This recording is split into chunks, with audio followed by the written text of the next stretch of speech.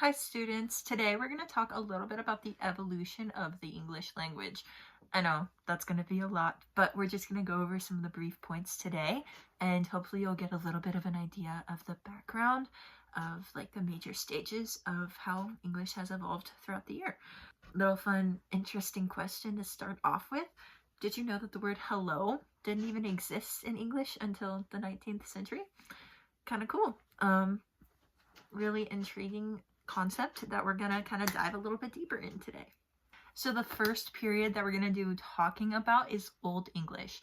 Old English is from 450 to 1150 AD, basically where the roots of English are kind of established.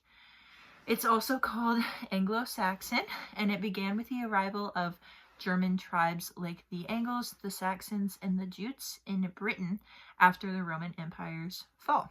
Some characteristics of Old English: it looks almost completely unrecognizable to what modern English speakers would now call the English language.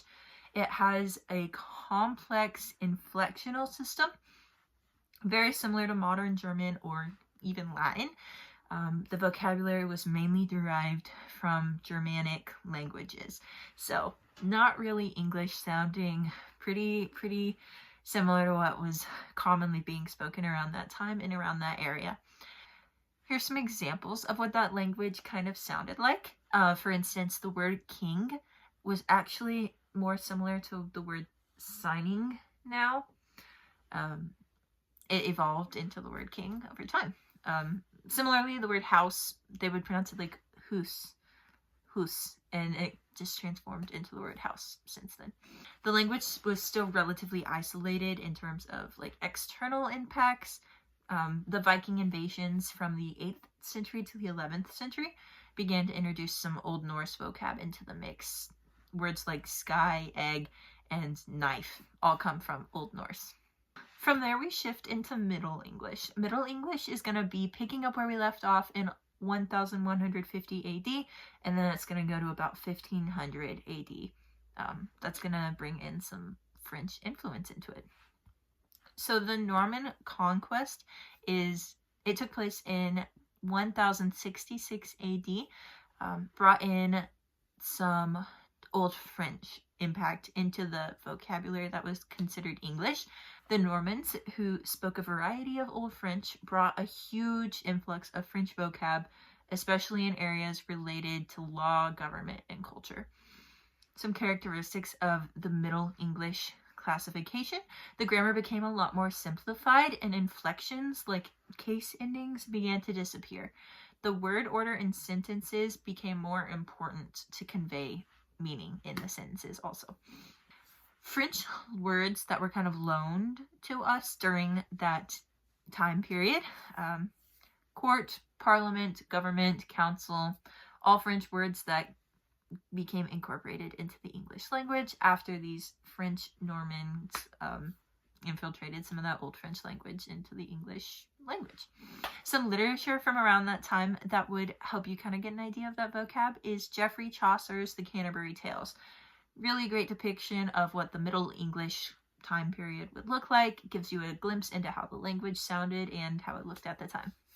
From there, we transition into early modern English. That's going to be from 1500 to 1700, Shakespeare and the Renaissance kind of area.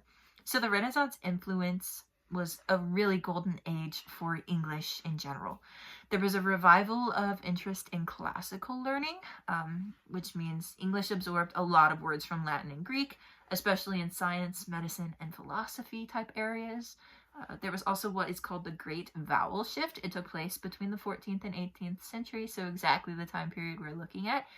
English went through the Great Vowel Shift, where the pronunciations of the vowels changed dramatically, although spelling remained largely the same. It was very similar to how it was spelled before, just pronunciations kind of changed quite a bit. This shift is what caused the difference between modern English pronunciation and spelling. It's why some words are pronounced differently, but they're spelled the same way as a different word, because of this great vowel shift that happened between the 14th and the 18th centuries in there. For example, the word bite used to be pronounced more like beat in Old English, but we changed the way that vowel sounded in there. During this time period was also when, like I said earlier, Shakespeare was introduced. There was a lot more literature and poetry introduced by writers like William Shakespeare and Christopher Marlowe. Shakespeare alone is credited with coining a lot of new words and phrases that he kind of just came up with, and now they're used all the time. For instance, words like eyeball, bedroom, lonely, those are all words that Shakespeare invented, and we use them all of the time in today's society. So really, really cool. Now we're kind of diving into modern English. That's going to be anywhere from that 1700 period to the present area. By the 18th century, English had evolved into what we now recognize as modern English, with a lot of the same grammar and spelling rules that we follow today. This means a lot of simplifying grammar. For example, the distinction between the formal thou and you disappeared, and many irregular verbs, like spake, for example, we now say spoke. So we're not using thou or thee, we're just using you. And instead of she spake in that way, it'd be like she spoke like this kind of ordeal. The British Empire was expanding at that time, so English spread around the world and absorbed a lot of words from a lot of other languages. There's Hindi, Arabic, Spanish, different indigenous languages in places like India, Africa, and the Americas. Words like bungalow, that came from Hindi, cafe from France, shampoo came also from Hindi. So just different words from around the world that kind of worked their way to help add to the English language. The American influence obviously also played a role in it. This time period that we're talking about here is when the American Revolution and the rise of the United States as a global power kind of all took place. It impacted the spread of American English. It introduced its own vocab and its own expressions. New words were created also as technology kind of became a thing, especially in the more recent times where words like internet, selfie, hashtag, those all wouldn't have existed 100 years ago. But because of new changes that have been made in this kind of modern English period, we now have those words. Building off of all of that, we arrive at what we now consider to be contemporary English. It's spoken by people around the world as a second language or as a foreign language, and it's the dominant language of business, science, technology, and entertainment. Very, very commonly used language. The rise of the internet and social media also really contributed to the creation of new words, phrases, and abbreviations, kind of building off of what I just said.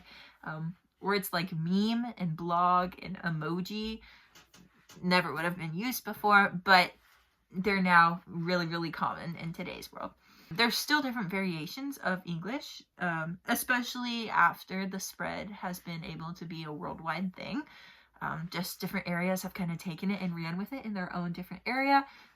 British and American English are the most widely recognized, but Australian English and Canadian English, Indian English, they all have their own unique vocab, spelling, and grammar rules too.